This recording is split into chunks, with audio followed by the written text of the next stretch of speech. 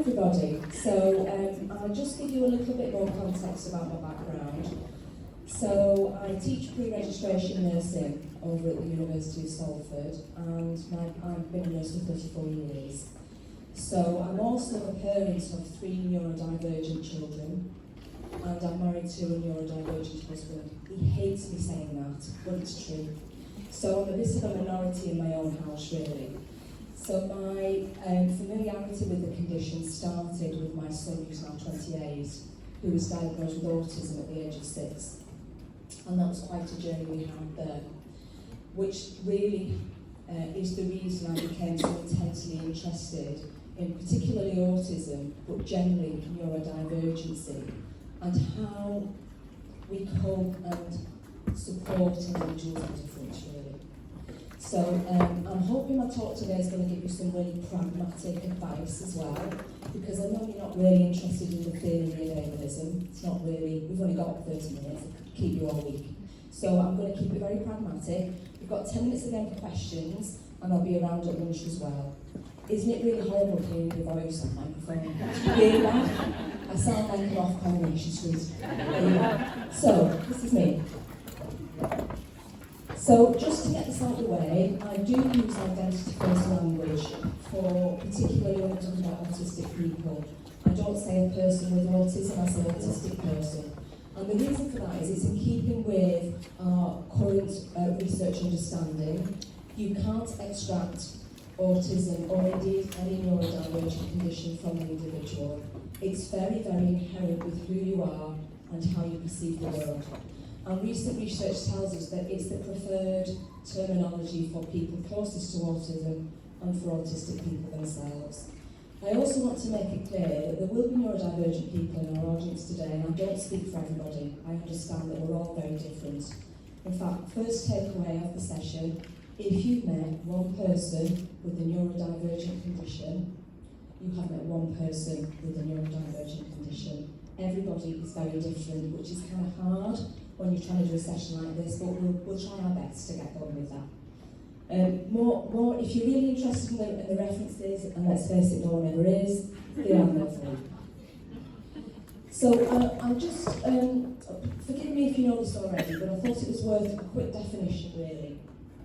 So there's a very famous academic researcher called Judy Singer who did very seminal work in the area of neurodivergency, and that's where the terminology came from, although she didn't as it was her. And really what neurodiversity is exactly that. It's the diversity within the human condition. Like we have ecosystems, we have different types of human brains. So it's absolutely everywhere. It's a very normal part of our human condition and experience and expression, and it is not necessarily less than. And that's really where the key problem comes. We kind of think that it is.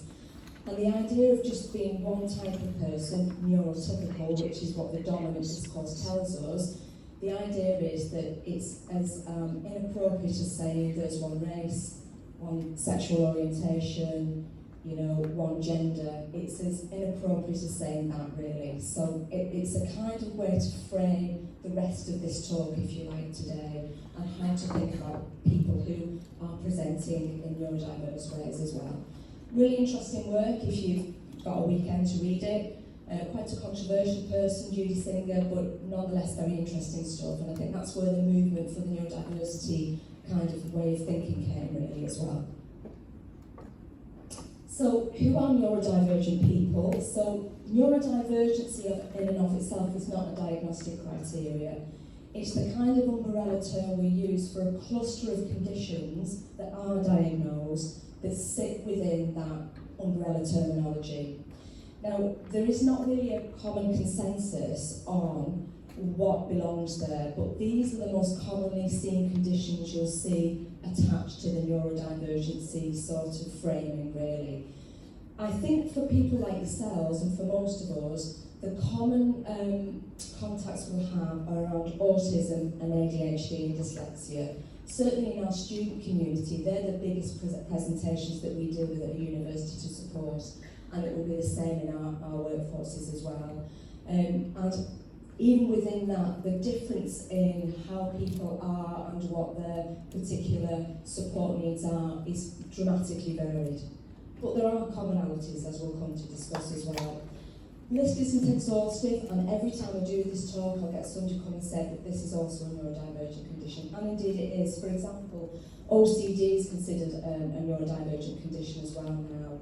Bipolar, which we always thought was perhaps to do with traumatic events in someone's life, is now considered to sit within the neurodivergency umbrella as well. So it's a very evolving sort of area of research really in terms of what sits where. But as you can see within that, lots and lots of different kinds of presentations. We think globally it's about 20% of the population have some sort of neurodivergent condition. I suspect it's miles higher than that, because loads of people, in fact 70% of people, do not declare their neurodivergency in working situations. And that's because it's often gone really very badly for you when you have, especially autistic people will tell you that they might have gone and made a declaration and asked for reasonable adjustments, and it's gone horribly wrong for them. So they decide not to do it next time.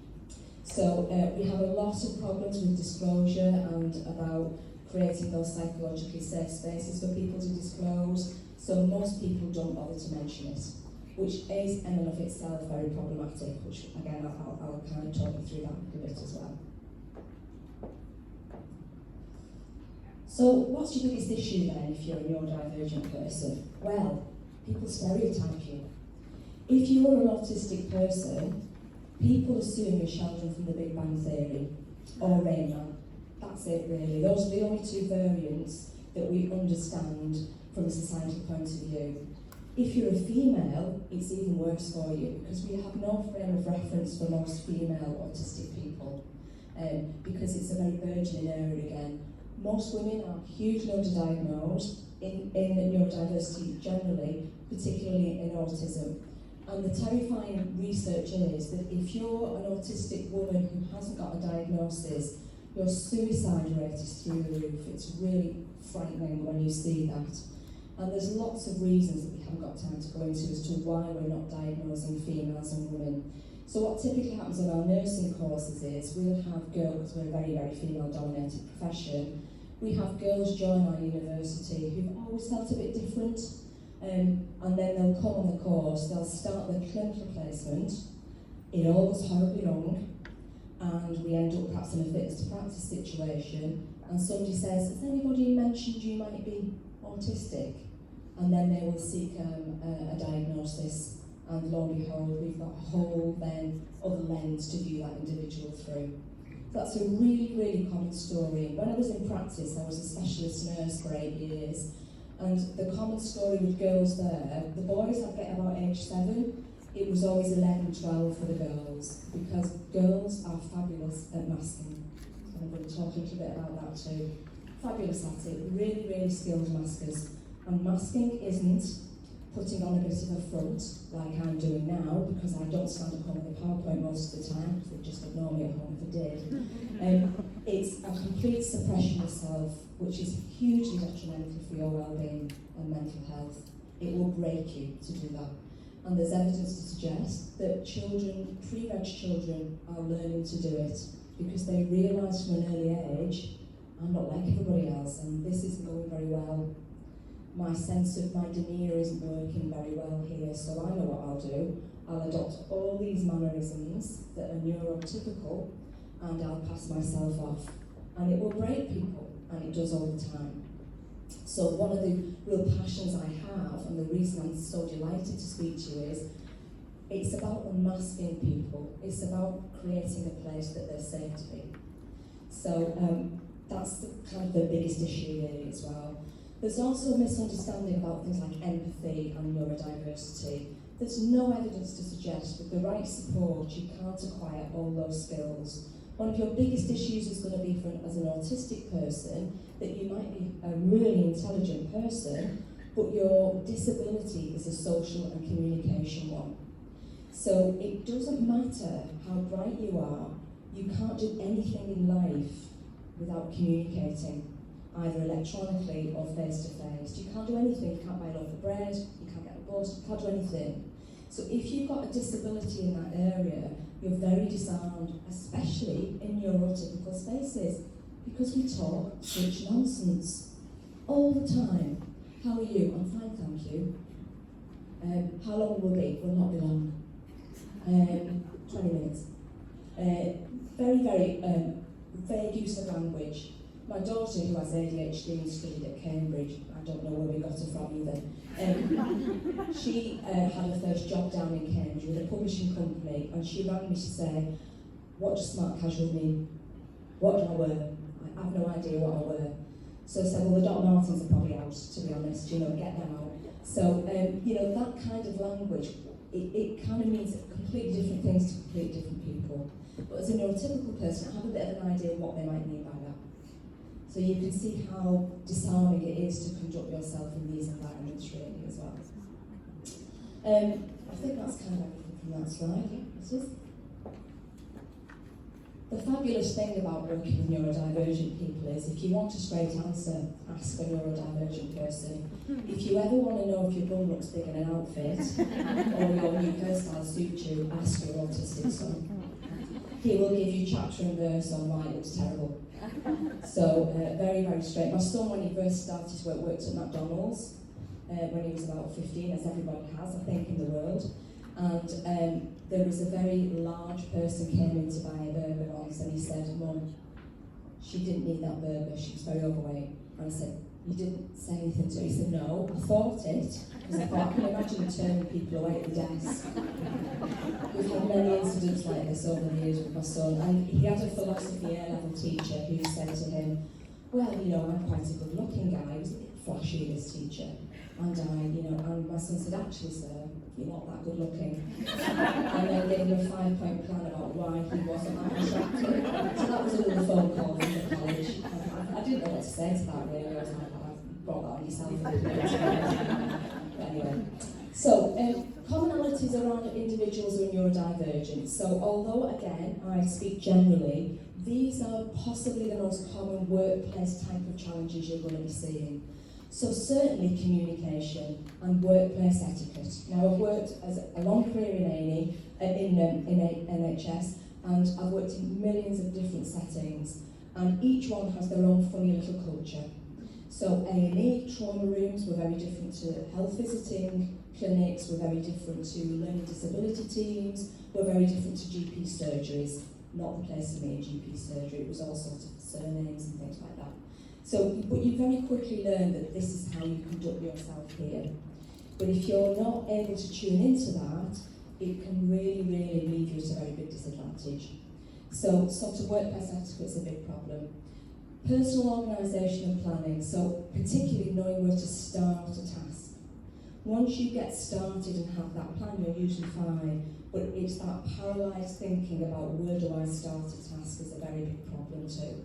And how to organise yourself as well. My son, who's now a teacher himself, got a first, but when he's packing for a holiday, he has to ring me and say, I don't know what to...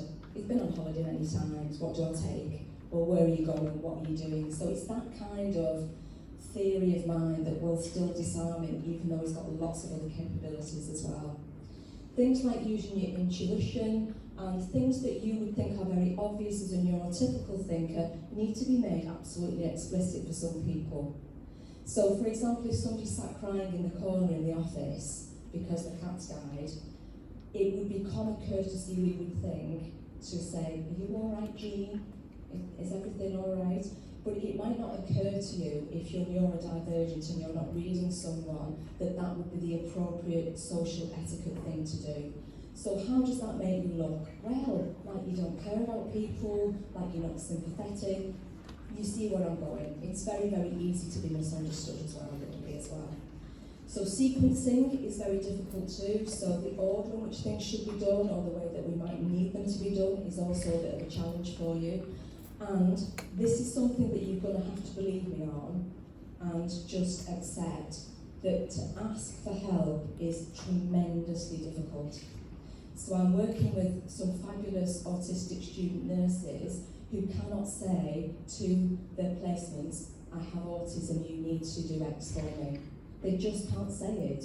They're very capable, they're very bright. One spoke at conference room, we went to national conference this year, absolutely fantastic job she did, but she can't walk up to a person and say, actually I'm an autistic person.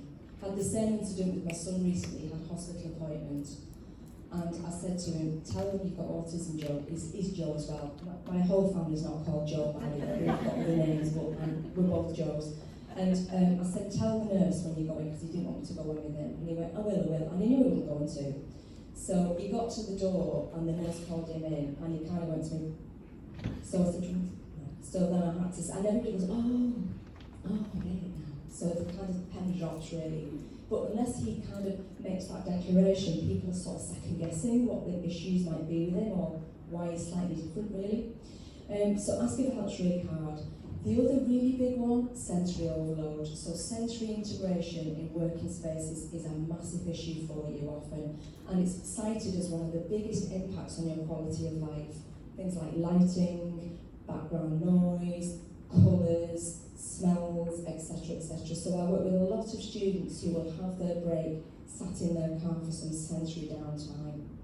So I'm doing a PhD at the minute, you do when you've got nothing else to do with your time, don't you? And my research is looking at the lived experience of being an autistic student nurse.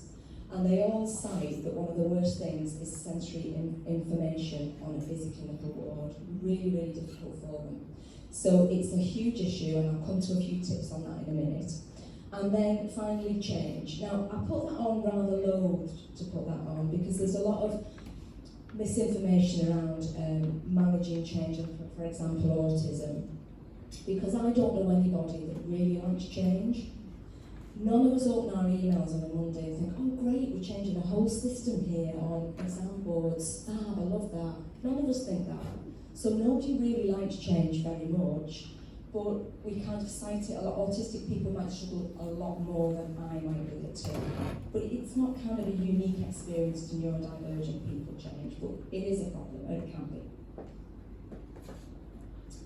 So, the key to creating an inclusive culture is this. You won't understand sometimes why people are the way they are. Why is it you've got a first from Oxford, but you can't tell me you're struggling with a project? Why? Why have you come to work dressed like that? Why don't you ever sit with us in the coffee room? Why don't you ever ask how people are? You just have to accept that we're different.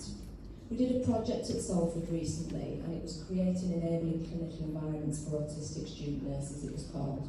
Not a snappy title. But we went and trained our clinical partners, 40-minute training package, about the unique needs of an autistic learner in a clinical setting. And our autistic students wrote it with me, so we did a little bit of a kind of joint presentation with them. And then we patched our autistic nurses onto those placement settings.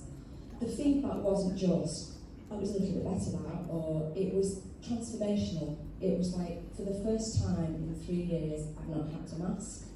People have asked me about my condition. I've been able to go in the staff room and make myself a coffee for the first time. So just that little bit of educating can transform working environments, and it helps people to step into the light. Because if you don't get this right, you can make people's lives an absolute misery without realising you're doing it.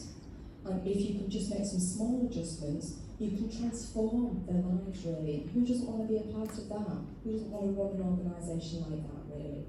So just some sort of things to think about here really as well. So, I'm going to talk a little bit about interviews and some onboarding kind of tips as well. Is it possible to send interview information out first? So my son's been for lots and lots of jobs as a teacher, and I always guarantee if they sequence it that they do the one-to-one interview first and then get him to teach, he's not going to get that job. Because if you sit my son down one-to-one, instantly you would know he's a person that's different.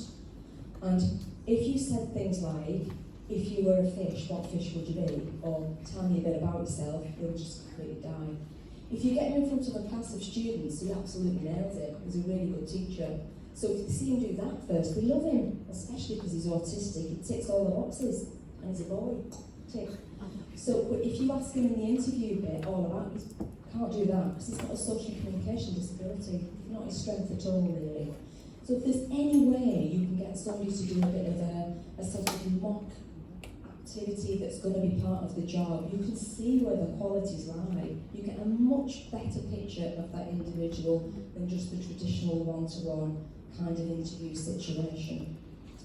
If you can ask them to come around and have a look at the building so they get a spatial awareness of it too, that's really, really helpful for people too. If you're asking them a question and they're taking a while to answer, give them a longer than average time to process, because that's part of your neurodivergency as well.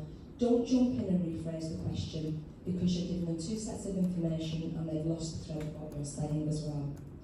And if you can avoid information overload about your organisation, very helpful. They don't need to know all about everything on that first initial contact. Just piecemeal that information through. They can process it better, they feel much less cluttered in their mind about it too. So just little things that really, really help for you to get the best out of those candidates when you're meeting them for the first time. That's everybody. So line managing people as well. Certainly checking, who do you need to know about your condition, Joe? Who do you want us to tell? Are you happy for everybody to know? Is it just a few people? Okay. The absolute acid test whenever I went to any organisation with my son was this one. Formal progression plans. If we met somebody who said, well, he knows where we are, if he needs anything, I used to think, oh God, this is not going to go well. We had this with student services when he went off to uni. If you know what, you can come and ask. He won't. He won't. That needs to be formally in. So if you're wanting to see how people are, you need to book formal appointments with them, bring them in and ask them. They're not going to come to you with a problem. It's got to be done that way really as well.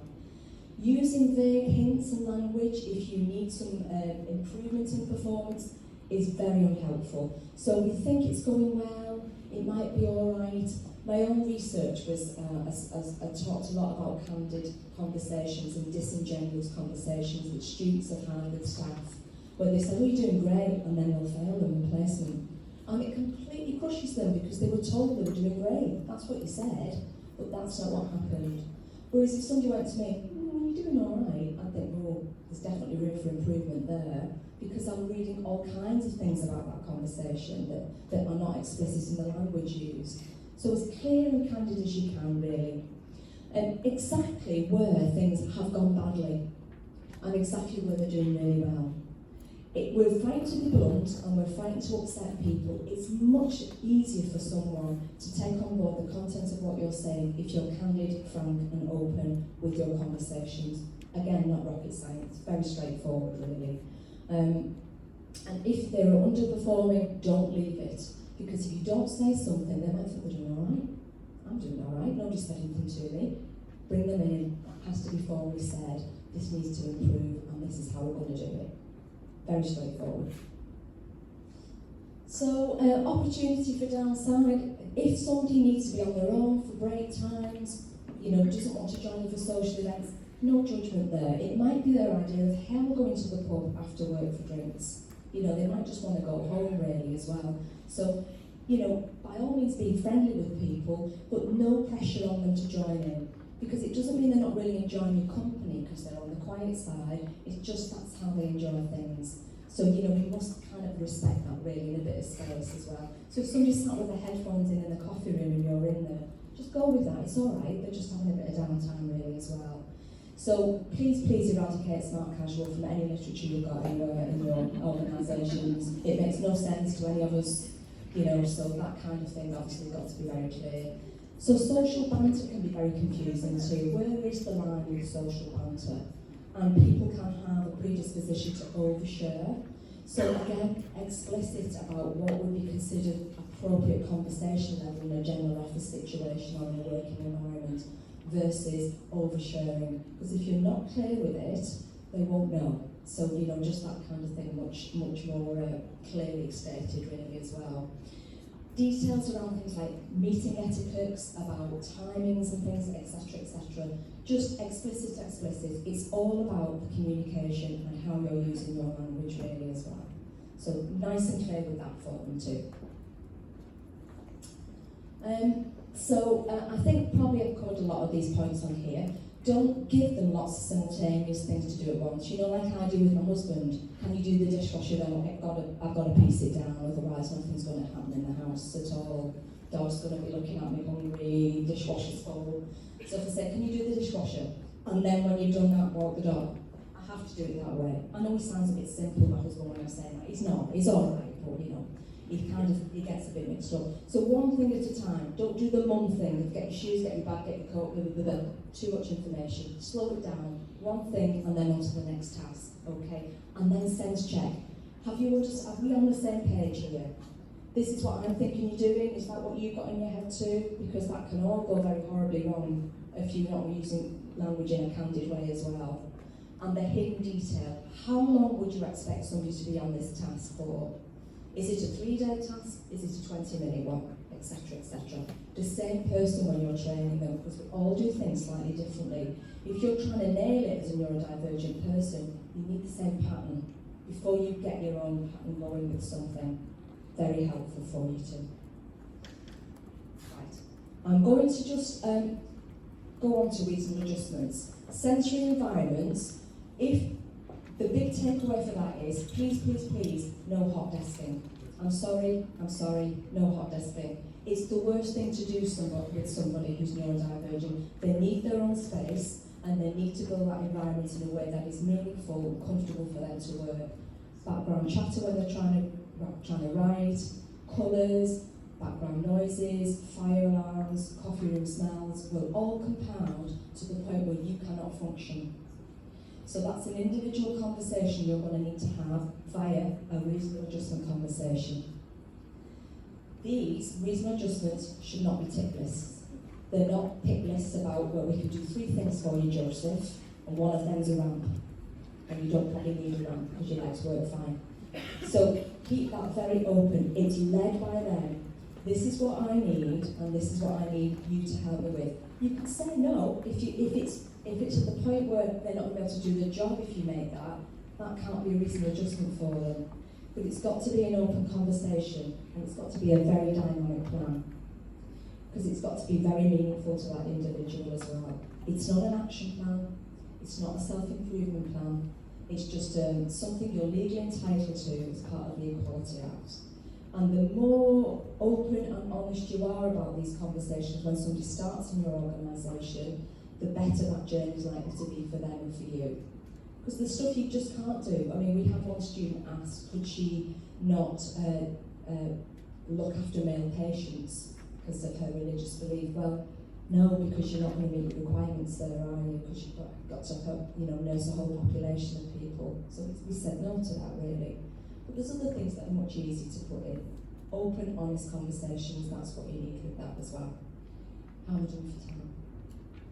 1 to 2 minutes. I could just tell you like this. Let me just go back to sensory very quickly, just because it is a very big one, really. Self-stimming is just that. I'm going to finish on this. So self-stimming. So you'll see this happen with individuals when they're trying to sensory settle all the extraneous information that's swimming around them. And they might fiddle with something, or they might need to pace up and down in a linear manner, or they might need to twirl in a corner, or they might use fiddle toys. The older you are, the subtler those sensory settling behaviours become.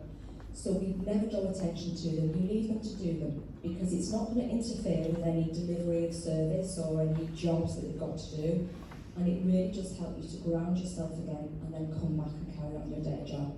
So little things like that we would just have to tolerate. And you can ask individuals about those things too, about how they use those things. But certainly have that conversation with them and just make it a safe place for those things to happen. Because it won't interfere with care or any kind of delivery of service that you're doing as well. I think I'm done. That was a whistle-stop tour of inclusive environments. Good luck. Welcome to On the Neurodiversity family. It'll be fun, I'll tell you. There's never a dull moment. I think it's time for questions now, is it?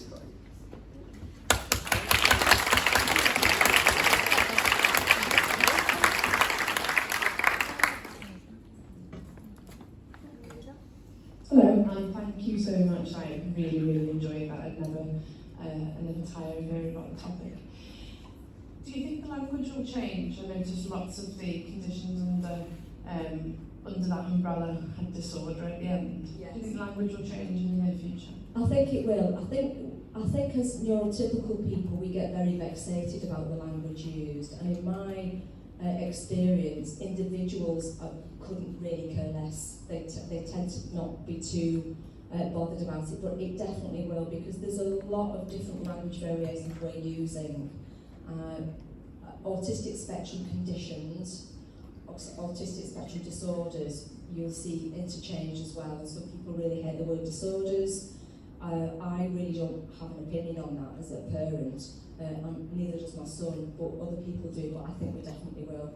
Yeah, because it's too broad a brush, I think we're using at the minute. I think it just says something back out to society about whether the disorder does. Yeah, so if we're trying to win people over to join in with making things more accessible for people who have neurodivergence, then we need to sort of make sure that they know that this is it's not necessarily a negative thing.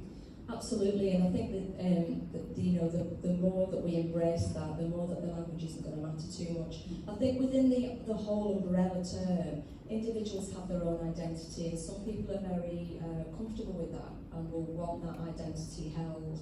I think it's a very individual journey now for people, whatever's comfortable, I think, really.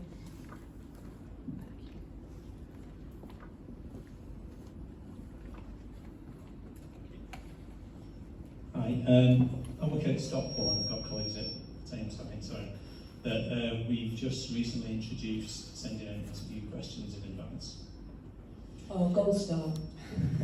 We are getting a bit of pushback from managers in terms of the kind of coming back to us saying we've got very specific questions that they then might Google and come back with the right answer. So I suppose we're trying to meet that middle ground where we'll say to them, well, in some instances, don't give them a specific question. You might be able to instead say, we're going to be asking questions based on this subject. So I just wanted to check really that sort of feedback is okay, or whether we need to be specific. I think that would be that. It depends very much on the job, I suppose, you're recruiting for. But I think that's really helpful to give them a ballpark, isn't it, around the kind of areas you're interested in knowing about. I think to send out a handful of questions in advance will really settle that individual down into that interview situation. You're going to get the best from them, really. So I think if you give them a general area, it's probably going to work quite well for people, because they'll know what they really need to be thinking about and considering their answers on, which we all do when we're going for interviews, really, as well. So that sounds a really good start, I think. I think, again, this is an area that's going to improve greatly when we understand more, and it becomes much more custom and practice for us to do these things. But yeah, that sounds a really good plan, I think, really, so far. And it's really nice to hear that those interview questions are going out soon as well. That gives anybody a much more equitable opportunity, doesn't it? That would be really good.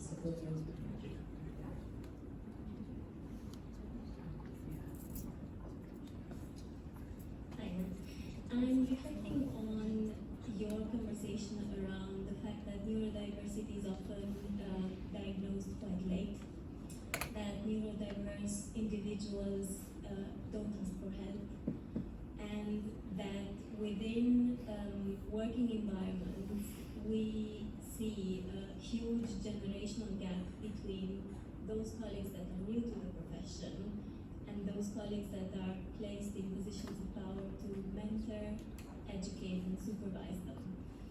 So how can we as employers, or what resources do we have as employers to better identify those learners and those newly qualified colleagues with those specific needs if they don't tell us they are neurodiverse?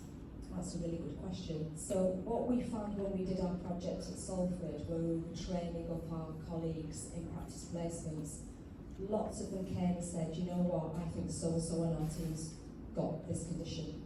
So they just adapted the techniques and specifics that we suggested to approach that colleague anyway, and it worked very well for them. So I think if you can do awareness raising around what neurodivergency is and how people present within an organisation, even if people are not identified or diagnosed, you're still going to be doing the right thing by them.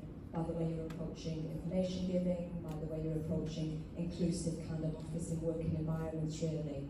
So, because a lot of the adjustments that I've whizzed through today, they're pretty straightforward, aren't they? They're not going to cost you an awful lot to do or be too onerous on you, I think, to do as well.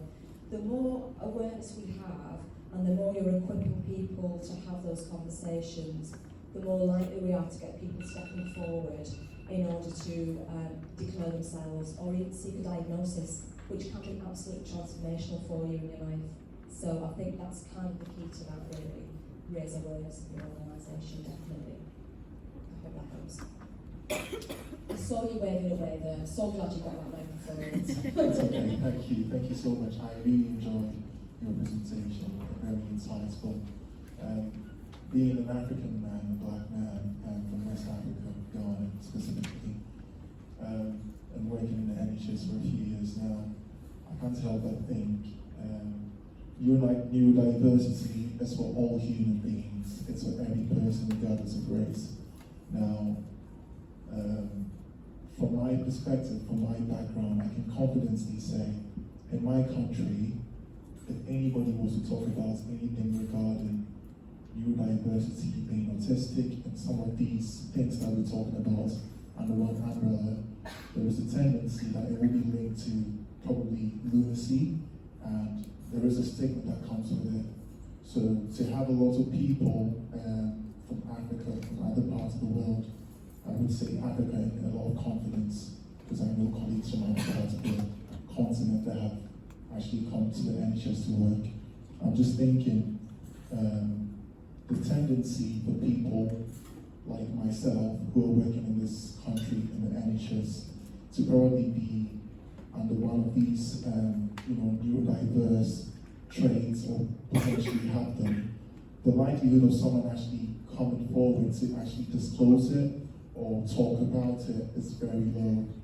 And I don't know the statistics though, but I have a very great sense or feeling that if you were to talk about people who might actually be diagnosed with neurodiversity, the number that you get from people like myself will be significantly low, because it's usually seen as you're odd or you're weird and there is something wrong with you. So there is a stigma that comes with it. And I'm just thinking, if someone was to have come here, or however long they have probably worked in this country and be working in the NHS, and they do have some of these challenges, how do we support people like that? Because, like I'm saying, it will be hard for someone to even disclose, or they try to mask it up, like you said, and just go on with it. But it might actually be linked to so many other things. And we would always talk about this person is probably not performing well in practice. There is all these issues or concerns, but it might actually be linked to neurodiversity, but nobody would actually pick it up. So how can we support people like myself, from my background, who might have neurodiversity, but then we can't really talk about it? That's a really good point, and the research totally supports your assumption there. You're right. We are not diagnosing global majority populations at all. So sort of 44% of our students at Salford are global majority individuals, and we see very few of those come forward for diagnosis or be identified. And it is about cultural understanding. So, sorry, just got a little round there, thank you very much. It is about cultural understanding. So, again, I think the only way around that is just to raise awareness, because it really is irrelevant kind of what your ethnicity is in terms of how this condition impacts. But we know from wider global studies, it's very, very rarely diagnosed in some parts of the world as well. So there's just much more need for recognition in those two, because it compounds you even more, doesn't it? If you're fighting racism and then ableism as well. One of my students was a Somalian student who got diagnosed when she was, I heard news today as it turns out. She had a terrible journey, female, Somalian, and autistic. You know, it was kind of a real lot of intersectionality to consider there, really. So you're absolutely correct in that.